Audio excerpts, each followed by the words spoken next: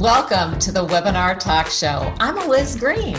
And I'm Tom Singer. And Eliz and I are so glad that you've joined us for another one of our interviews. We have been working hard to sort of get the message out during these crazy times that we don't want people to cancel their events. And we think there's just so much information out there that you can get from webinars and other virtual presentations that are more than a talking head over PowerPoint. Absolutely. And part of what that entails is corporate training employees in-house most of the time, which you may have had something planned, but now how are you going to do that? And we have a wonderful guest coming on to talk about what she's been doing with clients. Her name is Darcy Luoma. She owns a company that solves people problems. I love that. Her whole group solves people problems so they can get back to doing what they do best. Fantastic. She does that through speaking and coaching and training and consulting. Welcome to the Webinar Talk Show, Darcy Luoma. Hi, good morning. Great to be here. We're so glad that you could join us because I think that this whole element of training is something that sometimes we forget about. I think a lot of companies have looked at it as, well, everybody's working from home. We have so many other problems, and it sort of takes a back seat. But now is the time, I think, that companies have to get serious and really look at how can we give our employees what they need to do a better job? And you've figured out some great ways to do that. Absolutely. And what's interesting, if there were already people problems, if you're in an industry that there are people, there are going to be people problems. What we have found is that when COVID hit and the pandemic and the social unrest and the political season, all of those people problems are just escalated. So I think you're right on, Tom, that now more than ever is the time to invest in your teams and your employees. Well, let's, go in the Wayback Machine and talk about what did you do for clients prior to this whole COVID situation? How did you function solving those people problems? Right. So our company has sort of three pillars. We do coaching, so executive coaching, team coaching, systems coaching, and then we do speaking, which are keynote speeches and workshops and training, and then consulting, which are team assessments and team retreats and 360s. And so prior to COVID, I would say probably 75% of our business was in person. Mm-hmm. But a good quarter of our business, maybe even more than a quarter, because almost all coaching is done virtually. But probably about a quarter of our business was done virtually because workshops don't work. The reality is if you bring someone in and they do a workshop, it might be phenomenal, the best trainer, the best content, but you leave and they don't have a chance to practice and apply, it's not going to be effective any more than if I showed you a video, Tom, on how to ride a bike for your first time and you've never ridden a bike. You can't leave, even if it's a phenomenal video that tells you exactly how to ride that bike. You can't do it until you go out and practice and apply what you've learned. And so we have always had a virtual element to our trainings. And so after the workshop or the speech or whatever the event is, we would build in accountability groups, small group coaching, live demo sessions, skill drills, where we would all come together by Zoom after the event, where they've had the chance to practice and apply it and then come in and say, oh, you told us this, but I didn't know what it meant until I tried to do it and it didn't work. Help. Now give me the next level to problem solve. So now our business has shifted. Actually, you didn't even ask me that, but now we're probably doing 90% in virtual and just a little bit in person. So do you think that this whole shift to virtual, do you think it's going to last once the pandemic is over? Or do you think we'll go back mostly to starting with the in-person and then following up with the Zoom follow-ups? Or do you think that your business is going to stay 90% virtual after this? I think it'll take a while. That's just my hunch, right? Based on what I'm seeing, to go back to in-person where people feel confident. And even when we do, I think that the tide has turned. It was already trending this way, that there will continue to be a much stronger presence of, and if at a minimum, hybrid events for companies who really want to invest in their employees, but they've got people all over the country. Instead of needing to have them come together and with flights and hotels and meals, they can do a lot of investing in their professional development at a lower expense. And so I think it's here to stay. Well, and I think what I'm hearing you say is that doing this sort of training or coaching in the virtual world isn't sort of the watered down version of what you might have done. It's actually a more effective tool in a way. You're right on, Liz. I can't state enough that this is not like the stepsister to being in person. This is not the second best option.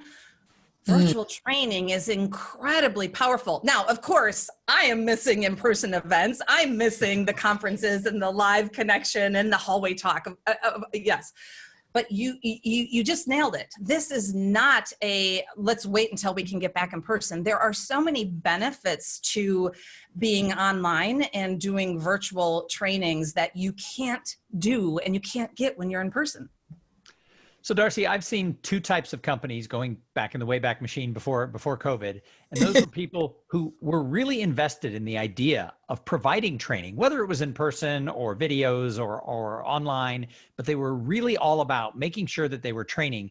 And there were other people who sort of checked the box and did some training because they probably should. Someone in HR said we should have a class. Are you seeing a shift where people are either going farther away from it right now or are just embracing training? It makes me think of the cartoon. I don't know if you guys have seen this. It's just two boxes in the cartoon, and the first one is the CEO who's saying to the HR director, "But yeah, what if we invest in all this training and our employees leave?" And then the second box is, "But what if we don't and they stay?" And so I think you're right. There are, two different mindsets. I would say when COVID first hit in March, everything was decimated. Every event that we had, I mean, it was 1 week, I can tell you, was canceled or postponed. And I think the ones that were canceled or postponed would have thought by now we would have rescheduled and would be in person. None of us knew what was coming. I'd say that there was this like triage and, oh my gosh, we have to figure out how okay, we're an essential business. How do we create safety? How do we get PPEs? How do we remove 3/4 of the tables in the cafeteria? What are we doing? And then those who were not essential businesses, how do we get the technology for our people at home and get them what they need and figure out how to connect and be productive?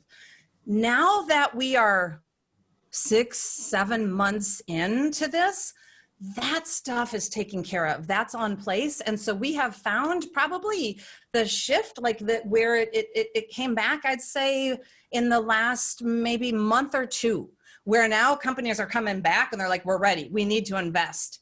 And so I think it's definitely trending where this is a priority because they're seeing the people problems are exponential and people, they didn't know how to communicate or have conflict before. Now it's even harder when you're behind a mask or behind a screen. So how do you help your clients figure out the problems that they need to solve? Because you may know that there's a problem, but you might not be able to address exactly what that problem is. Yes. And what's interesting, Liz, is the presenting problem is rarely the real problem. And so what I mean by that, when we get a call from a company, a CEO, an HR, whoever, president saying, hey, can you come in and do a workshop on X? That's the problem we're having. One of the first things that we do and what we always do is an assessment. Sometimes it's a combination, but we always do an assessment. And so we will interview and key people who are going to be a part of that audience with questions in advance. And then what we've been doing a lot more of is doing an online survey of everybody who's going to be there. And that helps us to hone in. And when we do that team assessment, we categorize and we come back and say, here's the top 3 people problems that we're seeing. Here's the themes. And then we use that to design the training and the agenda. And I would say more often than not, that was a blind spot. That there was a number of things that come out of that assessment where someone says, wow, I didn't even see that or know that. And oftentimes there is a flavor of what they did know, but there is a lot more. So that's one of the most important things that we do to be able to assess, and having said that, I also say that I've been researching this. I mean, I've been working on this for 20 years, and we developed a model called Thoughtfully Fit that after, we took thousands of hours of research and we categorized and we came up with there's 6 people problems. And every people problem that's out there is some iteration, some flavor of these 6. And I'm doing a circle because our model, Thoughtfully Fit, is a circle. And 3 of those people problems are where you get in your own way. And then 3 of those problems are where you're having conflict with someone else external. So is there any topic right now that's sort of bubbling up to the top, like the first thing that the company wants to address in this COVID sort of world when it comes to people problems? There is. A couple immediately come to mind right now. Resilience, grit, growth mindset, overcoming obstacles. That is one of the biggest ones. And so one of the top 6 people problems are, people get stuck and they don't know how to move forward. They get paralyzed, or they think there's only 2 choices and they're both bad, right? It's black or white.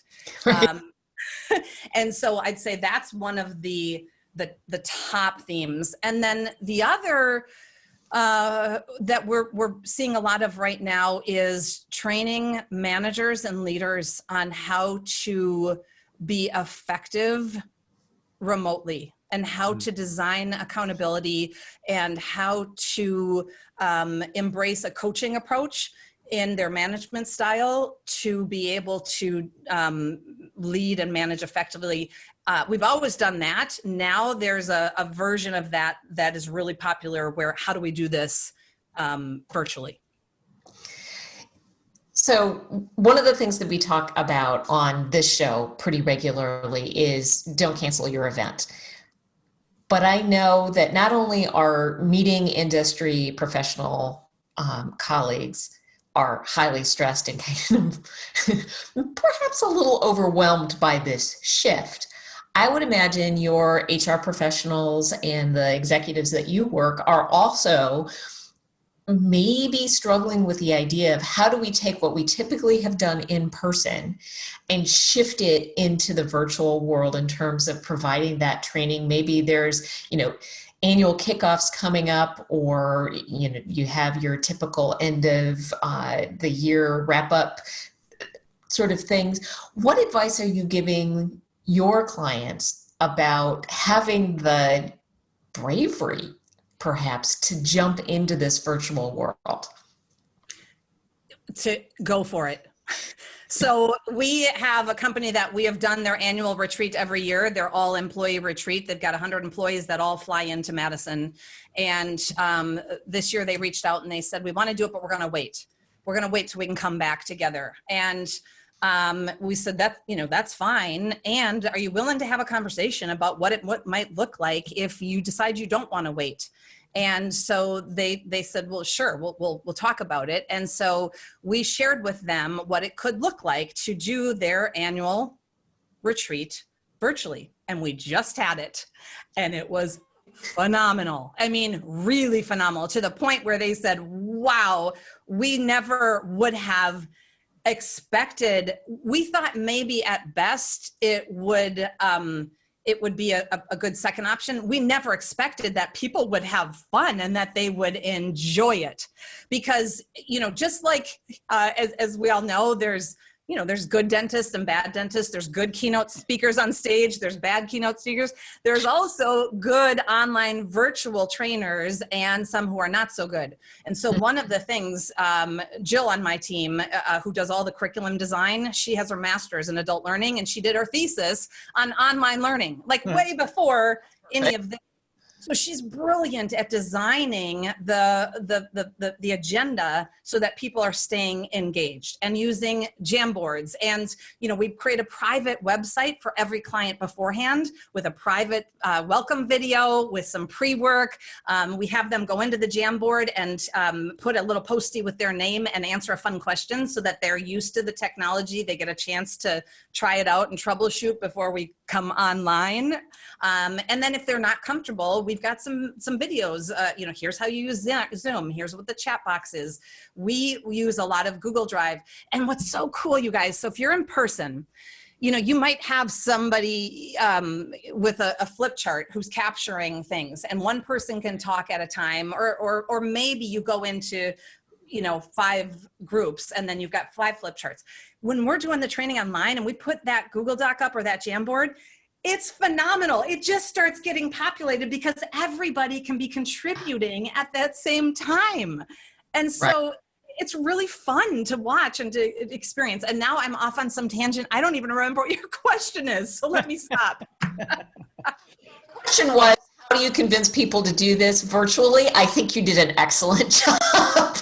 Well, and that leads me to a question, right? So if a company is working with your team, Darcy, or if they work with someone like Eliz and I, who are seasoned speakers and trainers, we pretty much have gotten really up to speed over the last 6 months if we hadn't already been involved in this. However, a lot of companies do internal training. And I recently did some training for a law firm, and they had continued to do internal team meetings.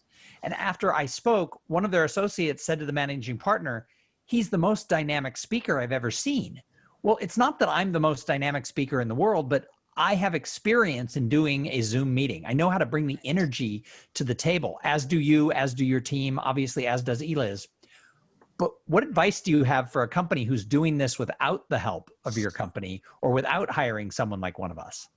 Yes. So first of all, you are the most dynamic speaker, Tom. So, and advice, you can't take what you were going to do in person and do it online. You can't, it is not the same thing. You have to prepare and redesign your entire mindset and philosophy of how you are delivering that training than just, oh yeah, okay, everybody can log on and be on a video. So it's not the same. You have to keep it so engaging because people are, it's so easy to just click to be anonymous, to turn off your video, to start multitasking, to do email, whereas in person, you at least have to hopefully pretend that you're present and engaged. And so, you know, thinking through how are you going to keep it moving, and after every 10-minute chunks, look at, okay, you know, here's some content, how are we going to make it come alive? Is it small groups? Is it Jamboard? Are we putting up some, right? So to me, just that's the number one thing I would say to somebody who's wanting to transition is don't assume it's the same. And that advice is so right on, whether it's training or whether it's a conference, and whether you're doing it virtually or whether you're doing a hybrid event. The thing that I like to explain it is the NFL has started back up, and the NFL is a perfect example for this because they have 2 audiences. Well, when they can have people in the stands, there is, in a normal year, they have 2 audiences. They have the people who are present in the stadium, and they have to program for them. What they do during breaks, they shoot cannons, they have games they play, drones fly over and drop t-shirts or whatever. And then they have the television audience, and that television audience has different expectations and different needs. So when you're working, and different for speaking. Yeah. So when you are working in preparing people, so one of the things I heard was that you were preparing the participants to participate rather than just saying, hey, we're turning it on, here we go. How are you? I heard lots of things. You're going to put that website up and you're going to provide them with some videos and things like that. Are there things that other things you do in advance to make sure that they're prepared to participate? Yes. We give them on that landing page, on that private website, a link where they can go in and test ahead of time and tell them part of their homework and preparation is to test the speakers, and the video, and to make sure it works. We put the handout. So we create a handout, we put that on there, and we say, download the handout. If you want to have it on your screen, fine. If you want to print it, fine. Either way, doesn't matter. We give them the video tutorial. So if they know in advance that they aren't familiar, we tell them up front. There is an expectation that you'll keep your camera on unless for some reason you can't. It will be more fun for you as a participant. So come in, we set that expectation up front, and we also set the expectation, if it's not a keynote, right? I do keynotes as well, but if it's truly a training, which is the focus of this conversation, this is going to be engaging and fun. So don't think in your head, oh, I've got 2 hours to be able to go through my emails. So we try to set them up for a mindset that they're going to be participating. We give them then an assignment where they have to go into the Jamboard so that they know the technology works, it opens, they have to figure out, wait, how do I do a post-it? Oh, this is fun. And they start playing around. So there's things that they do before they come to that training so that when they log on, they're ready to go. That's really smart. And I think we've had other people talk about setting the stage, really, to make sure that your participants are ready to participate, as opposed to being sort of just casual viewers of what's going on. It's much more fun when people participate. Yes, way more fun. And then also when I'm doing the pre-interviews, that creates some intrigue because I'm asking questions like, what are the biggest obstacles that get in the way of you or your team being high performing? And what would it look like if you overcame them? And what are the people problems? So then they go back to their team. They're like, oh, I had this conversation, you guys, this is going to be good. And then when we send the pre-survey to everybody, we've got questions in there that we create intrigue. And then we tell them, we're going to use, when we design the agenda, what's so great about this is we look at whatever the themes are, and then when we get to the point of application in the training, we're using their examples, we're using their stories, and we're putting them out into small groups to work on, here's what we heard in advance, what your challenges are, so you're going to work on that in real time, live right now. That's perfect. And one of the things that I think is really valuable about this medium is that in many ways, when you're doing that kind of work, it feels more intimate, it feels more personal than it would be if you're sitting in a room of 50 people. That it just feels different. Yeah, because you've got a front row seat. Right? I mean, if you're in person, you might be the one like I am. I always take the very back row. I'm always amazed at NSA events, the people that like are waiting for the doors to open and they go run up. And I love those people. You're one of those? I'm definitely one of those. I want to be you. Maybe I'll kind of hold on to your hand and come up front. Yeah. I'm the one that's always in the back, in the back row. And so I'm very disconnected from the speaker, from the stage, from the action. Here, everybody has a front row seat. It's right. A very different experience. Well, and somebody who doesn't have a front row seat at the moment is Tom. So Tom has disappeared for a little while. I'm sure he'll be back. But this is one of the beauties of what we do when Tom and I work as a team.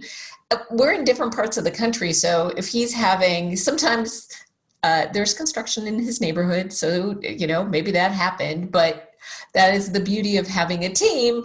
Show does go on. We both don't disappear. But we know Tom is fine. He'll be back if he can. And that's such a good point, because we were talking before, Eliz, about how do you prepare the participants and the company to be ready. There's a lot of things that we also do on our end to be ready.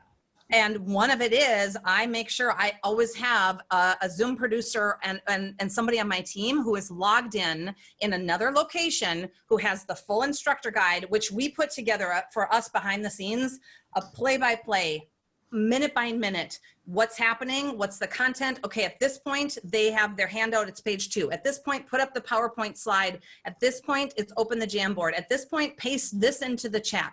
And so if for some reason I were to disappear like Tom did, they just seamlessly keep going just like you did. And the other thing, behind the scenes, so right before we logged on, my daughter, who I have 2 daughters who are both homeschooling, virtual schooling right now. started playing her tuba.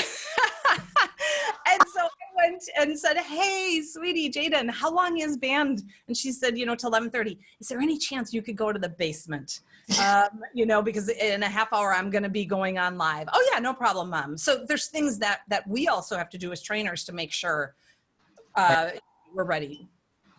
Well, absolutely. And I think right now, as much as we try to have like the perfect, hi Tom, we were just talking about why it's good to have two hosts. And he's still coming in, it looks like. It's fun.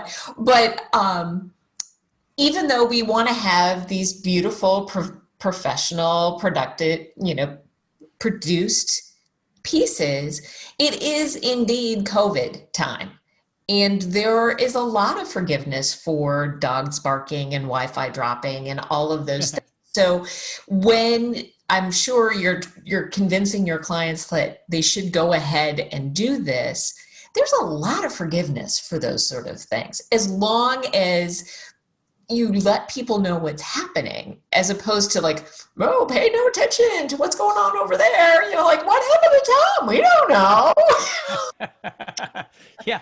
I mean, that is the one downside. I literally was thinking this is the first time in 6 months I've been dropped from the show when we've recorded it. I very rarely have an internet issue. And yet, how do you set that up with the clients to be prepared that could happen?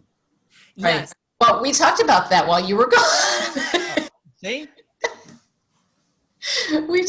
But again, it's just like if the lights went out, if you lost power in an in-person event, your professional hired trainer, consultant, speaker knows how to roll with it, because that's our job. So working with somebody who has been doing this kind of work for a long time, and I kind of knew, Darcy, that this was in your wheelhouse because we've talked about what you do in the past.